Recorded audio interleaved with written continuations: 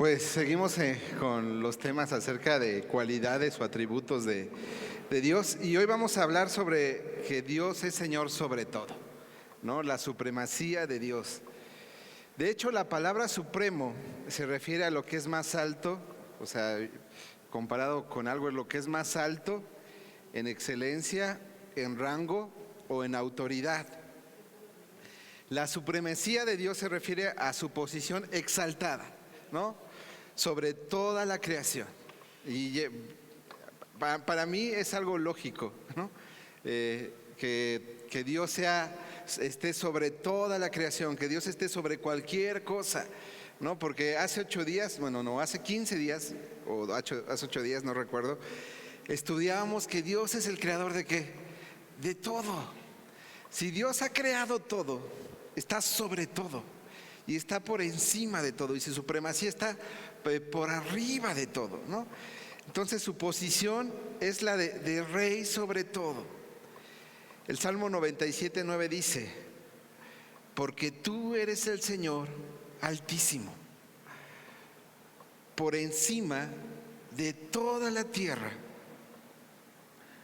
Tú estás muy por encima de todos los dioses. Tú estás por encima de todos los dioses. Es interesante que la Escritura también nos menciona una y otra vez que los seres humanos creamos dioses con minúscula, dioses pequeños, ¿no? Y la Escritura nos muestra, ¿no? que, por ejemplo, que el pueblo de Israel luchaba siempre porque ellos no adoraban al único Dios, sino a medida de que eran contaminados o veían a los pueblos de alrededor, ellos iban tras esos dioses con minúscula. Y se olvidaba que su Dios, el Señor del cielo, el Señor de la tierra, el Creador, está por encima de todos los dioses. Hemos visto que Dios es grande y perfecto durante estas semanas. Uno de los temas fue: Dios es grande y perfecto. Hemos visto que Dios es eterno, o sea, que no tiene principio y que no tiene fin, que Él es eterno. Hemos aprendido durante estas semanas que Dios es omnipotente, que Dios lo puede todo, que Dios tiene la autoridad sobre todo, que Dios puede hacer todo lo que Él quiera. Hemos aprendido que Dios es santo y sublime, ¿no? Que su esencia es la santidad, es la pureza, es lo bueno. Hemos también estudiado que Dios es justo, que aunque en nuestros ojos podría ser algo injusto, pero Dios es justo totalmente, que no hay nadie tan justo como Él. Hemos visto que Dios es fiel, ¿no? Fiel es mantenerse siempre, constante, no cambiar, no variar, no solo que permanece para la eternidad, sino nunca cambia. Y hemos visto que Dios es creador, que ha creado todo. Así como la Escritura nos ha mostrado estas cosas, la Escritura también nos muestra, como había dicho, que el ser humano y en ocasiones su pueblo batalla por alabar dioses falsos. Quisiera leer algunos versículos que están en Romanos 20:21 y voy a brincar al 25. Dice: porque desde la creación del mundo, las cualidades invisibles de Dios, es decir, su eterno poder y su naturaleza divina, se perciben claramente a través de lo que Él creó, de modo que nadie tiene excusa. Lo que está diciendo es: la creación nos muestra lo hermoso y maravilloso que es Dios. La creación nos muestra que Dios existe, que Dios es verdadero. A pesar, y dice, por eso nadie tiene excusa de no conocer a Dios o de decir que Dios no existe. Si a pesar de haber conocido a Dios, dice, no lo glorificaron como a Dios, ni le dieron gracias, sino que se extraviaron en sus inútiles razonamientos y se les oscureció su insensato corazón. Dice, a pesar de haber conocido a Dios, dice, no lo glorificaron. O sea, no lo pusieron en el lugar que merecen, que es sobre todas las cosas, que es sobre todos los otros dioses, como dijo el Salmo. Me voy a brincar al 25. Dice, los curiosos, insensato corazón, cambiaron la verdad de Dios por la mentira, adorando y sirviendo a los seres creados antes que al Creador. Cambiaron la verdad de Dios por la mentira, adorando y sirviendo a los seres creados antes que al Creador. O sea, no entendieron que Dios es sobre todos, que Él ha creado todo. Y en lugar de adorarle a Él, dice, en su mente cambiaron eso y empezaron a adorar las cosas que Dios creó, no al Creador. Y cuando vemos la historia de Israel, es el mismo problema, ¿no? Cuando Jesús le dice, no adorarán a los dioses de las otras naciones. Muchos de los dioses eran dioses malos en un sentido, pero muchos de los otros dioses eran dioses que representaban algo bueno. A lo mejor representaban la naturaleza o la lluvia o la fertilidad, ¿no? Y Dios le dijo, no adoren esos dioses porque yo estoy por encima de todas esas cosas. Yo he creado esas cosas. Yo creé el sol, yo creé la luna, yo creé las estrellas, yo creé a los seres humanos. Por tanto, no adoren eso, cosas que yo he creado, sino adoren al Creador. Y Romanos nos dice, los seres humanos hacen lo contrario por naturaleza. Los seres humanos tienden lo vemos en el pueblo de Israel, tienden a adorar más a lo creado que al Creador. Aún en las cosas buenas, aún en las cosas buenas. Había una pregunta al final del estudio de esta semana y decía, ¿qué estás tentado a adorar que ha sido creado por Dios, que tú piensas que eso que ha sido creado por Dios te va a llenar y a satisfacer? ¿Qué estás tentado a darle adoración por encima del Creador? Que tú pienses que eso te va a llenar y satisfacer. Porque todo lo que Dios ha creado es bueno y es bueno en gran manera. Cosas que son buenas, pero que al final son creación ¿de qué? De Dios. Y entonces yo dije, a veces podemos adorar a nuestra familia. ¿Sobre quién? Sobre Dios. Y luego fui aún al contexto de la iglesia. La iglesia es creación de Dios. La iglesia es manifestación de Dios. Aún hay gente que adora edificios consagrados para Dios, pero al final son edificios donde yo nací en Cristo. Siguen cantando muchos coros viejitos, muy viejitos, y también cantan muchos coros muy nuevos, pero unos muy viejitos, y los siguen tocando en algunas iglesias con órgano, ¿no? Y cuando a lo mejor para ti tú piensas que la batería y esto era normal en las iglesias cristianas, no era bueno, no era lo común hace 30 años, ¿no? A lo mejor estoy hablando de 30, 35 años para acá empezó todo el movimiento de la alabanza. Y entonces cuando empezaron a meter los instrumentos, mucha gente que había adorado durante muchos años, a lo mejor décadas, de una manera, le transformaron su adoración y para ellos hubo como un conflicto grande, ¿no? De hecho, algunos decían, es que eso es de Satanás, ¿no? O sea, la batería o la guitarra. Y había un conflicto grande. Y a donde voy es, por ejemplo, muchos de ellos habían hecho de la alabanza a Dios, de ese estilo de alabanza, un Dios.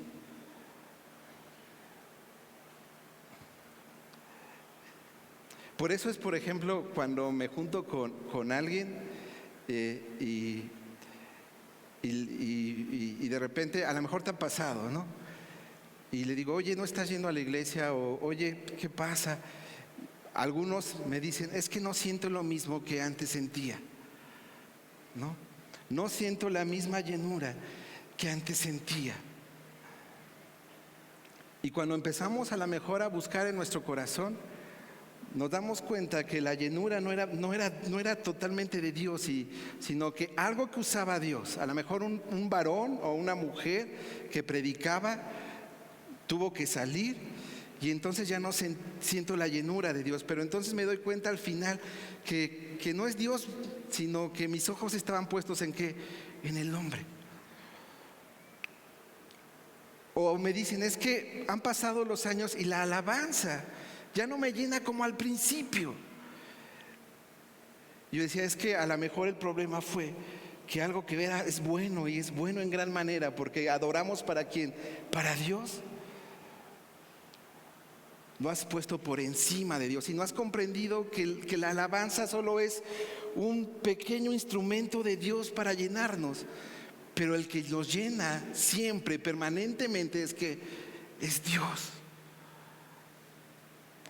Y ese es nuestro riesgo como pueblo: adorar cosas que han sido creadas por Dios, pero en no entender que el único que nos va a llenar siempre, permanentemente, el único que va a saciar nuestra sed constantemente y llenar esa necesidad de hambre que tenemos siempre, en cada instante, es Dios. Y no las cosas creadas por Él, que son buenas, porque alabar es algo bueno, que son buenas porque tener una familia es algo bueno, que son buenas porque tener un compañero o compañera o amigos es algo bueno. Pero nuestro problema a veces es que se nos olvida que esas cosas son creadas por Dios. Porque el que llena nuestra vida constantemente, como decía el Salmo, den gracias a Dios, su pueblo, porque Él es bueno. Es Dios al único al cual debemos que adorar y alabar. Y es Dios del único que debemos depender. No de personas, no de instituciones, no de sonidos, sino de quién, de Dios mismo, porque Él es el único que va a llenar delante de nuestro corazón a cada instante y va a usar, como hemos dicho, esas cosas como un instrumento, pero nunca por arriba de Él, porque Dios es sobre qué, sobre todo. Dios sobre todo. Y como pueblo de Dios tenemos el mismo desafío del pueblo de Israel: que empecemos a adorar cosas creadas por quién, por Él. Otras cosas, no los mismos vales, se reproducen en otros nombres, pero ahí están. No debemos olvidar que Dios es sobre qué, sobre todo, y Él es el único que merece la adoración. Primera de Crónicas 29:11 dice: tuyos son, Señor, la grandeza y el poder, la gloria, la victoria y la majestad. Tuyo es todo cuanto hay en el cielo y en la tierra. Tuyo también es el reino. Tú estás por encima de todo. Este pasaje nos dice cosas acerca de Dios: que suyo es la grandeza. ¿Quién es grande? Que suyo es el poder, que suyo es la gloria, que suyo es la victoria y que su majestad está por encima. Que todo cuanto hay es suyo y es por lo tanto que Dios es sobre todo. Daniel, el libro de Daniel, Nabucodonosor, si recuerdas estudiamos hace algunos ya meses este libro. Nabucodonosor llega a una enfermedad, se vuelve loco, ¿no? Pero cuando él recupera, ¿no?, su lucidez, esto es lo que dice: cuando el tiempo de la sentencia se cumplió, yo Nabucodonosor, miré al cielo y me sentí curado de mi locura. Entonces bendije al Dios Altísimo y alabé con estas palabras al que vive para siempre. Su poder durará siempre. Su reino permanecerá de generación en generación. Ante Él nada son los habitantes de la tierra.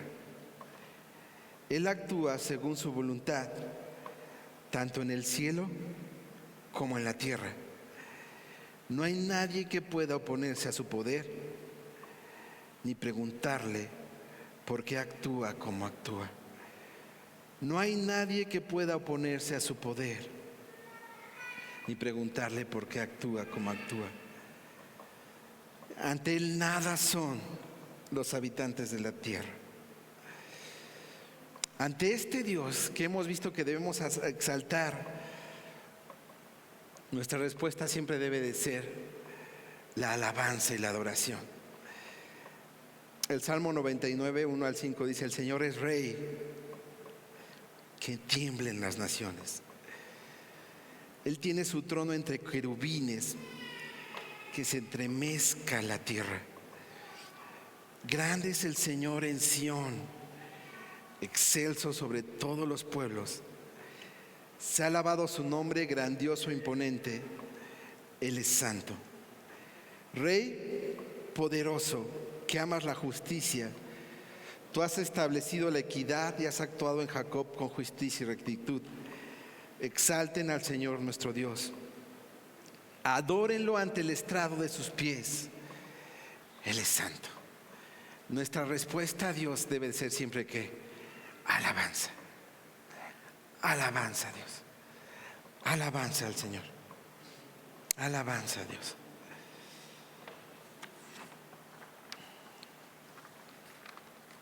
Voy a acabar con un salmo que ya leímos en otra predicación de esta serie.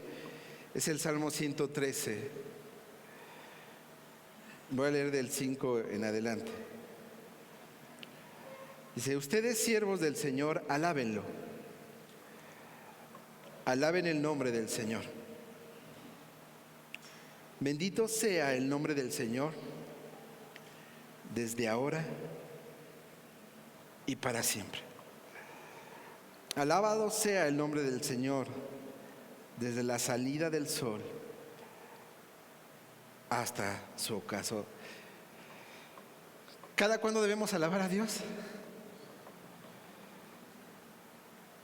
En cada instante, en cada segundo. Y vuelvo a decir, el Señor está por encima de todas las naciones. Su gloria sobrepasa las alturas de los cielos. Pero luego viene algo, o sea, el salmista pudo haber sido David. Empieza diciendo algo que hemos ya dicho. Dios está por encima de ¿qué? De todas las naciones. Alábalo. Siempre. Pero luego el salmista da un giro y dice: bueno, ese Dios no es cualquier Dios. Es Dios sobre todos, pero ese Dios es nuestro Dios. Amén. Y hace la pregunta: ¿quién como el Señor nuestro Dios? Y yo les pregunto: ¿quién como el Señor nuestro Dios? Nadie. Él, dice el Señor, tiene su trono en las alturas. Pero Dios dice algo que muchas veces no ponemos atención a esto que sigue. Dice: pero se digna inclinarse, ¿no? O sea, no es que Dios lo haga de esta manera, pero eso nos da, dice, Él está en las alturas, pero se digna inclinarse para ver lo que ocurre en el cielo y en la tierra. Otras versiones dicen, pero se humilla ¿no? Para inclinarse. Algo que podremos decir, él no necesita ver a su creación, ¿o sí? No lo necesita. Pero se digna a verla. Es muy parecido a lo que dice Filipenses de Jesús. Despojándose de sí mismo, se hizo hombre y se humilló. No, Jesús no necesitaba venir, pero se digna. Y lo hermoso de tu Dios es que Él no necesitaba buscarte personalmente. Él no necesitaba llamarte por tu nombre. Pero lo hermoso y lo grande de este Dios, que es sobre todas las cosas, que no le importa a Él inclinarse, humillarse para buscarte a ti. Él no tiene necesidad. Pero lo hermoso de este Dios es que se humilló para llamarte por tu nombre. En esto consiste el amor. No en que nosotros hayamos buscado a Dios, sino que Él nos amó primero. ¿Y sabes? Dios no necesitaba seguir buscando al pueblo de Israel, pero por amor, ese pueblo seguía siendo que su pueblo, y inclinaba su oído, se dignaba a inclinar su oído para escucharlos. Y lo hermoso de Dios, lo maravilloso de este Dios que es sobre todas las cosas, es que sigue dignándose a inclinar su oído y su corazón para buscarte a ti de diferentes maneras. Si no le has abierto tu corazón, Dios sigue ahí, tocando a la puerta, día tras día, día tras día, día tras día. Y aunque a veces has adorado cosas que son creadas por Él, en su gracia sigue ahí llamándote hijo e hija. Eso es lo hermoso de Dios, que se digna a mirar a quienes no son nada.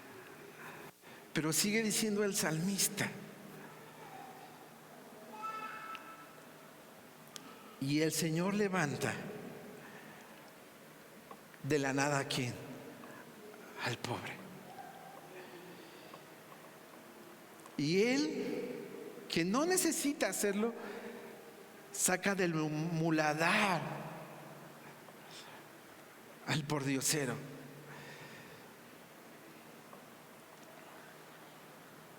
Y no se refiere al necesitado solamente. Yo quiero que vengas a la imagen del hijo pródigo, que estaba deseando comer la comida de los puercos. Pero estaba ahí no porque Dios quería que estuviera ahí, estaba ahí porque Él había decidido estar ahí. Y sin embargo Dios quería sacarlo de ese lugar. Y dice, y saca de ese lugar al pordiosero. Pero lo saca con un propósito, dice, para darles a los dos, tanto al pobre como al pordiosero, un lugar entre los príncipes, entre los gobernantes de su pueblo. El Señor concede a la mujer estéril un hogar y la alegría y de tener hijos, para darles a los dos un lugar.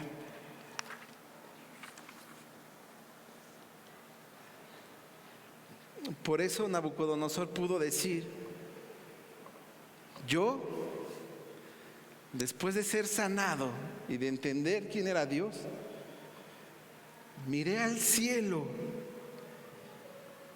y me sentí curado de mi locura. Y es lo que hace Dios: curarnos de nuestra locura, sacarnos del muladar, levantarnos de la nada.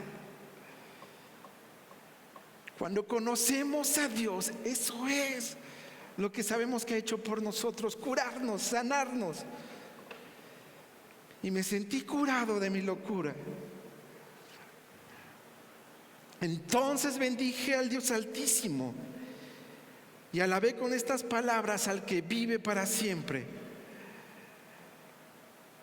Su poder durará siempre. Su reino permanecerá de generación en generación. Ante Él nada son los habitantes de la tierra. Él actúa según su voluntad, tanto en el cielo como en la tierra. No hay nadie que pueda oponerse a su poder, ni preguntarle por qué actúa como actúa.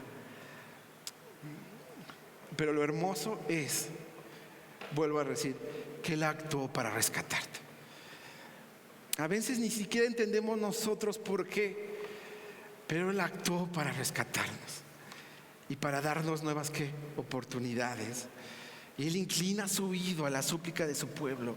Y cuando su pueblo reconoce que ha adorado a otras cosas, Él perdona y Él restaura. Y Él levanta y Él cambia y Él transforma. Y Él da certeza y da esperanza. Y te ha hecho sentar a ti entre los príncipes de su pueblo. Él te ha sacado de esa locura. Yo quiero pedirte algo. Mira al cielo. La alabanza que tú vas a cantar hoy no es para ti, es para Él. Mira al cielo y alábale. En medio de esa alabanza que es para Él, Dios se va a manifestar. Amén. Dios va a traer gozo. Amén. Dios va a traer paz. Amén. Pero hoy en esa alabanza, mira al cielo y cántaselo a quién, a Él, porque no es para ti. ¿Es para quién? Es para Él. Es para tu Dios. Los músicos no vienen a cantarte a ti, ni tú levantas tus manos, ni levantas tu voz. Para los que están a tu lado, levantas tu voz ¿para quién? Para Él. Y en medio de la alabanza de su pueblo, Dios hace milagros. No de cualquier alabanza, porque podría ser la externa la más bonita. En medio de una alabanza sincera del corazón a Él, de su pueblo, Dios se manifiesta. Dios transforma, Dios salva, Dios restaura, Dios hace milagros. Levanta tus ojos al cielo como Nabucodonosor. Entendamos que Él es que sobre todas las cosas es excelso. Y entonces cántale con gozo, con alegría, con tus labios, con tus palmas. Si nunca has levantado las manos, levántalas. Eso significa, se levanta a decir: Señor, tú eres Rey. Si nunca has danzado y quieres danzar, hazlo. Pero no lo hagas para ti, hazlo para quién, para tu Señor, para tu Dios. Y Él se va a manifestar. Y vamos a leer juntos, va a estar en la pantalla, lo mismo que dijo Nabucodonosor. De Daniel 4:34.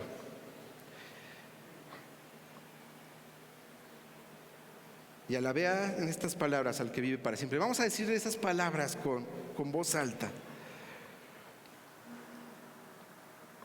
A partir de su poder. Su poder durará siempre. Su reino permanece de generación en generación. Ante Él nada son los habitantes de la tierra. Él actúa según su voluntad, tanto en el cielo como en la tierra. No hay nadie que pueda oponerse a su poder, ni preguntarle por qué actúa como actúa, porque Él es Dios. Pero ese Dios hoy tiene inclinado su oído a la alabanza de tu corazón en este día. Vamos a alabar a Dios.